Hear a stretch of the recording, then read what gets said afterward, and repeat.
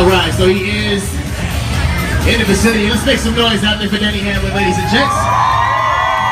So check it out, Denny's driving that number 11 FedEx, a sponsored car, the longest tenured driver at Joe Gibbs Racing. Let's make some noise for that.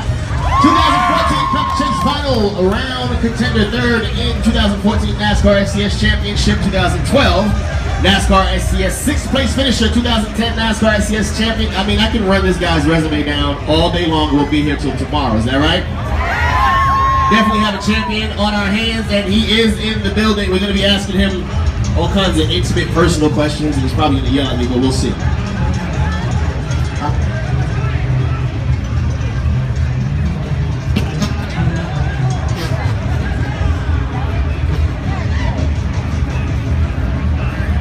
See, I'm only 5'5". A lot of the other races were a lot shorter, and these two guys are making me look really short. And he's right there. You can actually see his head over the fence, right?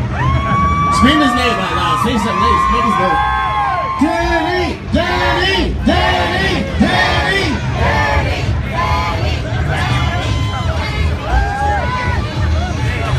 Well, we'll finish running down his resume a little bit more. Well, we'll leave it at the 24 career NASCAR Sprint Cup victories. If that's not enough, 20 career NASCAR Sprint Series poles. And we go on and on and on. Ladies and gentlemen, make some noise for Denny Hamlin.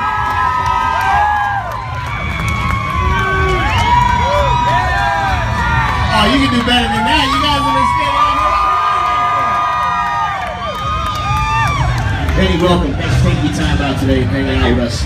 So here at the VP Tailgate Experience, we like to ask drivers questions that you don't normally hear. You probably hear the same questions everywhere you go for any interview, but this is a little bit more personal. We like to get in your life. Not that personal. You good? You like personal? How personal? Not that personal. So we normally like to ask our drivers right off the bat, is there any kind of ritual? What do you do to actually prepare for a weekend like this coming into Fontana? You know, you don't have any rituals. It's just more about routine than it is rituals. I mean, you wake up, you eat your breakfast, you have your certain sponsor obligations that you go to, and you meet fans and meet executives from FedEx or Sport Clips, wherever it may be. You can't hear him? Oh, sorry. So, how's this, better? That better? So yeah, you wake up, you do your breakfast, and you know, for me, I usually spend some time with my daughter right before. I'll go out and do some different sponsor stuff, meet some employees from either FedEx or Sport Clips today, and you know, really it's so routine. We'll go straight from here. We'll have a drivers meeting that is usually 2 hours before green flag, so 10:30 this morning, and after that, I usually have a chiropractor come in and crack my back a little bit, get it all stretched out, and we go race. So that's actually a ritual. Like you get cracked up and get loose before the race. Before every race, you have a chiropractor break you up. Yeah, it's either right before the race or I'll do it sometime throughout the weekend. Okay. Well, we ran down your resume before you got up here. We know you're doing a brief meet and greet back there, and I couldn't really finish it. It was too long when you came up on the stage, so we had to cut the resume short. But we do know it is a championship resume. We like to ask, with all of your accomplishments on the track, what do you feel is your biggest victory off of the track, just in life in general? I'd say probably, I started the Denny Hamlin Foundation about 8 years ago, and you know, my cousin has cystic fibrosis, so it's been a goal of mine to try to, you know, help with finding a cure for cystic fibrosis, and with that, you know, over the last, you know, the life expectancy of someone with cystic fibrosis has gone up well into the 30s, 40s, and he's 35 and had a double lung transplant. And I like to think that some of it's because of the money we were able to donate from the foundation to cystic fibrosis to help try to find a cure, and that's probably been the biggest accomplishment that I've had off the track. So we were going to ask that later on, but for those of you that do not know, the Denny Hamlin Foundation is out there to support cystic fibrosis. So please, if you guys can, is there a website or anywhere they can go to support that cause? Yeah, they can go to DennyHamlinFoundation.org and to donate. Or we also, one other thing we were able to do is donate enough money to start a children's wing at one of the Richmond Children's Hospitals. So it's been very good so far. That is awesome. Let's make some noise for that, guys. Alright, man, understanding the grueling NASCAR schedule and the life of a racer, what do you actually do for fun outside of racing and outside of your profession? For fun, I like playing golf, that's for sure. I usually, if it's over 50 degrees and not raining, I'll usually be looking for a golf course somewhere.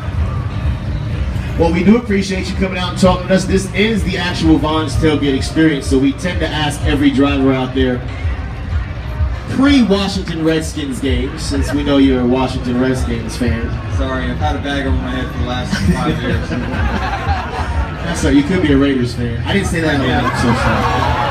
My bad. I get it. What is a must-have at your tailgate party? Ooh. Items, whatever it is. I mean, besides lots of Coca-Cola? How about something to mix in that Coca-Cola? That is a must-have. Yeah. All right, so I've been told that, you know, occasionally you do like to get out, dance a little bit, shake a little bit. Well, I'm a DJ, you know, I travel and I DJ around the country. Don't even think about it. If you, I have to go there. If we got you to do a guest spot as a DJ at your favorite nightclub in the world, what would be on your playlist to play? A lot of Jay-Z, a lot of Lil Wayne, a lot of Drake. Now, when I tell you I wasn't expecting that, I'm so serious. Jay-Z, Wayne, and Drake. Yes. I don't even know what to say. That is. Pat, you got any Drake back? I'm just playing. You gotta have something that people are gonna dance to, and they're gonna dance to that. And everybody knows their songs. They're, you know, it's the popular choices, but it's the crowd going. That is amazing. Now, I was going to ask you about the foundation, but we already covered that. So we're going to get into a couple more questions. We won't keep you too long. I know you have a really, really busy schedule. Any advice that you'd like to give any of these youngsters out here that are aspiring to be drivers, male or female, in this sport? What would be the best advice that you could give them? Well, I mean, you know, we were faced with huge odds to make it, and obviously there are millions of people that are out there that aspire to be a race car driver of some sort, in some sort of series. You know, the odds were stacked so against us. You know, we you know, it's different in racing because, you know, talent takes you so far, but it also takes funding to keep making it and taking it to the next level. And luckily for us, you know, we had come down to our last race 2 or 3 times, and somebody just kept us going. You know, somebody, you know, overheard in a line that, you know, this is my last race because we couldn't afford to go anymore. But it's just continuing to perform at the highest level, no matter what, whether it's your first race, your last race, or you're struggling, you got to just keep going. And somebody kept me going, and it got us here. So it takes a lot of persistence because this is a losing sport. It's not like football or baseball or anything else that you have a 50-50 shot at winning at. There's 43 other drivers, so the odds are we're going to lose. It's a losing sport. You know, there's just the odds are stacked against you. So you have to find those small victories and figure out within yourself what is those victories.